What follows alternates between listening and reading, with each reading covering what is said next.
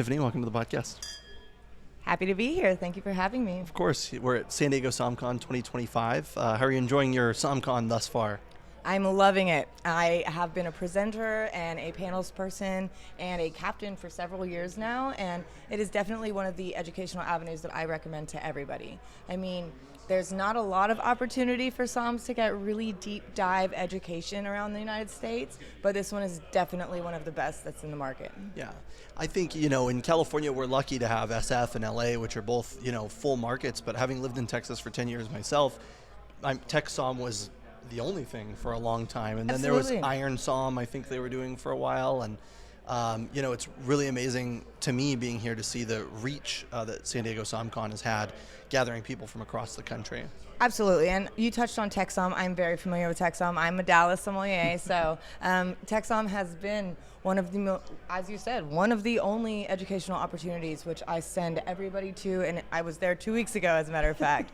But as far as changing the borders and changing the boundaries, SommCon is doing a lot of things that are very different from Tech Somm in good ways and educational ways. Yeah. There's a lot of hands-on here, and there's a lot of presenters here that would much rather come to California than go to Texas whenever it's 1,000,000 degrees. So, although it does feel a little warm here today. It is a little warm. I believe that it's one of the warmest days they've had in a year. Yeah, I think. Lucky us.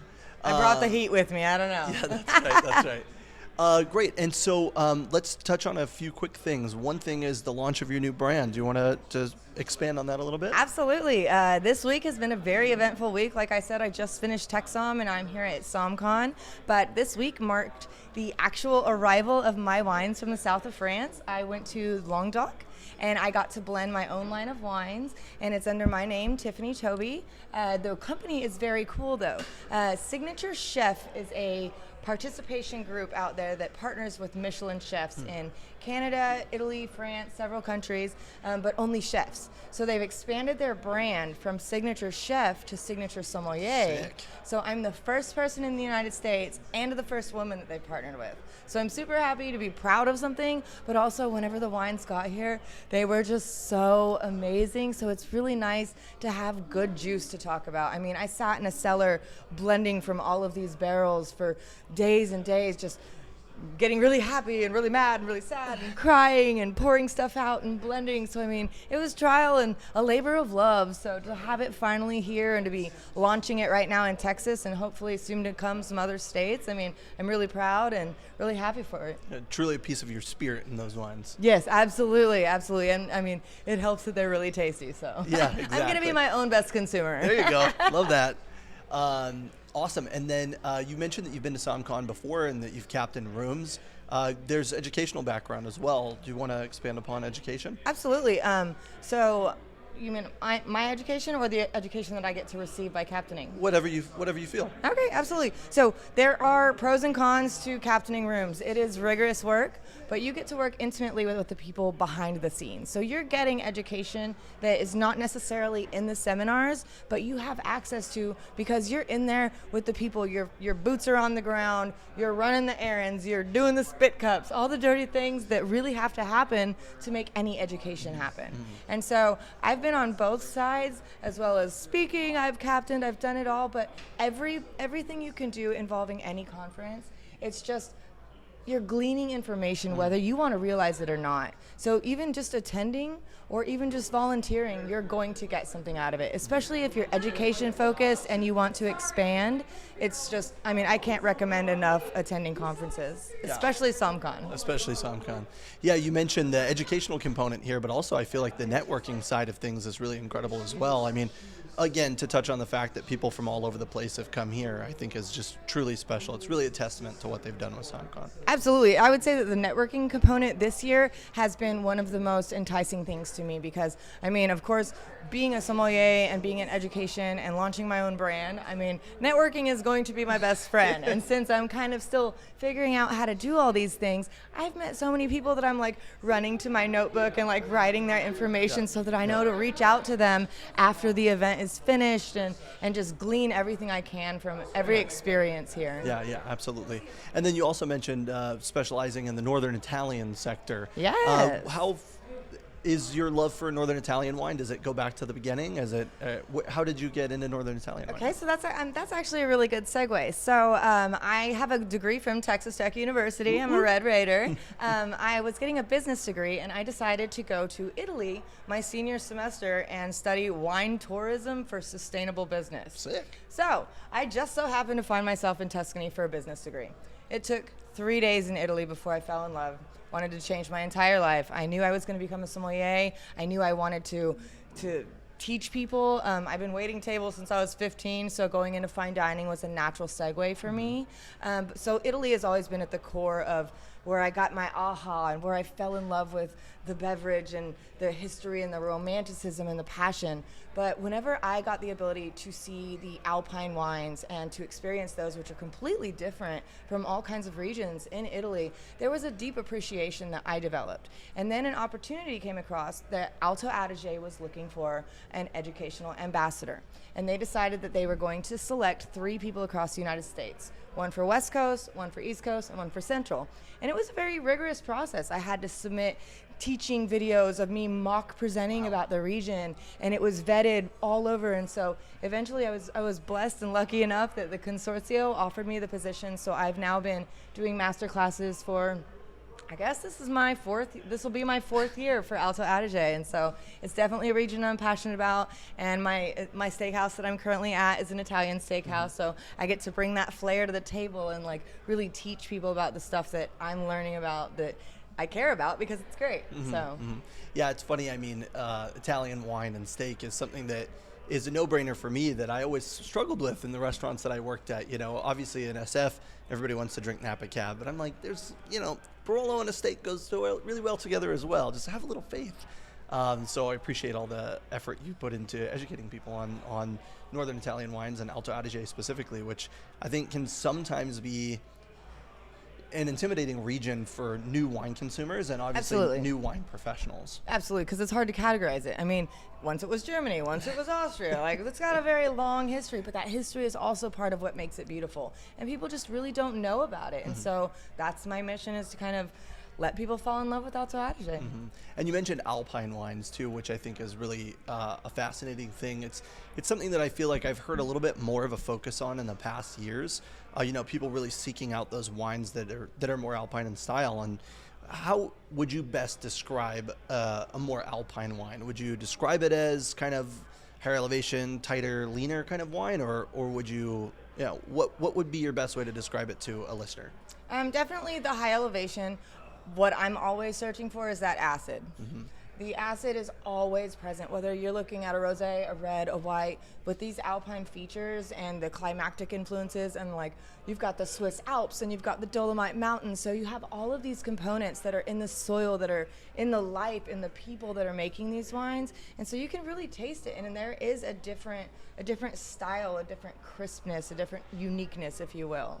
Without putting you in bad graces with the consortio, is there any producers that you want to give a shout out to in regards to Alto Adige? Any producers just that have your heart in a chokehold? Oh my gosh, there's so many. I would say, I got to go to Languedoc, which is very, very, very neat, very biodynamic, which is an interesting concept in today's world. I mean, climate stuff is happening, and some people want to talk about some biodynamics and some people don't. But going there, I was able to sit down with the 3rd generation and have him dissect every single component of the wine. And we tried, I believe, 18 vintages in a row that were all biodynamic, and did a vertical that went back to the very beginning, and to see the evolution as far as which years had climactic influence and their practices in the vineyard and which animals they were rotating at which time. Like, it was real. You could taste it, and a lot of people poo-poo it and act like a lot of it's nonsense. Make and I mean, believe, there are some crazy folks out there, but being able to experience that and taste everything in a vertical manner really put into perspective to me the ability of what that region can do. Yeah, and the Comet wines are something incredibly unique that they're doing from the winery as well, right? A 2-pack of experimental varieties that are, spontaneous ferments Oh, and yeah. all kinds of wild pet nats stuff. and Wild stuff. I can't crazy even things. imagine how many wines he has as experiments. Right. And then another one I would love to talk about is going to be Abbazia de Novacella. Okay. I mean, it's iconic. It's still a working monastery. So whenever I got to visit there, I got to go into the monastery, and the original vines are there, and they're still tending them, and the monks are wandering around in the vineyards, and the chapels and the art and everything is there, still intact from before the war, during the war. Like, this place was sacred, and it was able to hold on to their grapes, and they make amazing things, and they make a Kerner. Woo-hoo, it is so amazing. I would drink it every day if I could.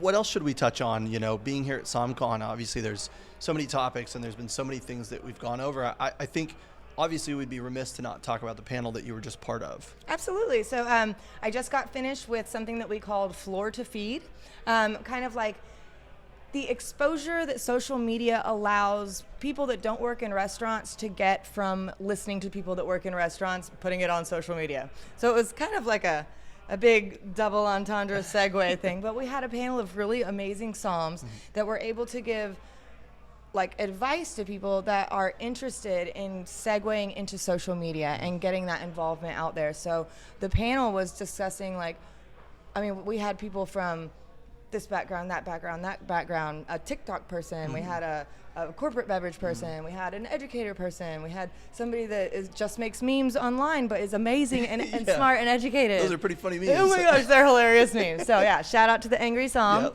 Yep. So all of us talked about kind of what our focus was as far as using social media with our education, and it really does put it into perspective that there's different avenues for everybody. I'm not necessarily gonna jump on TikTok and do a little dance and be like, hey, buy my wine. Right. But I mean, I'm also going to respect that that's an avenue. Yeah. And even being on the panel, it was enlightening to me to hear other people's avenues, because it's still kind of new for me to even think about myself as having a social media impact. Right, but I mean, it is what it is, and people want to know. Yeah. I think if anything, you know, we had a great opening discussion yesterday, and it was talking about kind of like the generations and their drinking habits. And I think social media is an avenue that we can use it as an industry to capture more prospective consumers and to capture more people's love and attention and really like resonate with people. Absolutely. I mean, because it's very real that the younger generation is not drinking as much. And it is also very real that wine is intimidating. Super. I mean, I work in the business. I work for some of the fanciest fine dining restaurants ever, and I still get intimidated by it. Like, it doesn't go away. Yeah. And so the more you drink, the more you learn, first of all. So that makes it fun. But, I mean, just making things approachable and taking that out and just getting the younger generation exposed to wine, especially like as something that is luxury and quality and amazing. I mean, any little bit helps right now, because there is a huge recession going on, and I mean, as somebody whose career is in alcohol, that matters. It matters. Anything we can do to get the word out. That's right. Before we wrap it up, any thoughts on this wine? You could go as simple as I like it, I don't like it, or you could try to give a stab at it. Whatever you think. I like this. I'm smelling a little bit of petrol on the nose. I do think that this is a Riesling. The acid is not very high on this, so that kind of threw me off at first, but I feel pretty confident it's a Riesling or a cousin. Sure. I love it. Maybe Sylvaner? Maybe. You never know. Yeah, maybe it's current. No, wait, no. Riesling, final call. Love it. Awesome. Well, we'll do a reveal later. I'll make sure to DM you. Tiffany, we have a quick question that we wanted to ask anybody. Two questions, rather. Question 1 and question 2 are somewhat tied. Question 1, any advice for people that are new to our industry, whether it be consumer or people in the trade? Absolutely. I guess I would say on the trade side, my advice is put yourself out there. This world of wine that we live in is intimidating, and nobody is going to root for you unless you root for yourself. And it's evident who's rooting for who and who cares about themselves, and just believe in yourself and put yourself out there. I love that. And then any advice for people that have been in the industry for some time? Yes, I feel like that is a loaded question, because there's a lot of OGs that I look up to that are rooted in one style of being a sommelier, and they're never going to change that. Yeah. And I guess that would segue into my answer is be open to change. I mean, the intimidation factor It's done. Let it go. I mean, be open to change. Be willing to teach the younger audience. The only way that we're going to continue this world of fine wine is to make people embrace it still. And the old ways are not really working that well anymore. So, I mean, I feel like everybody that's been around for a while, I mean, I've been somming and fine dining since 2015, and even I have to catch myself and be like, you can't think like that anymore. Like, you got to be innovative. You got to be ready to go with the flow. I love it. Awesome. Thank you. Absolutely. Cheers.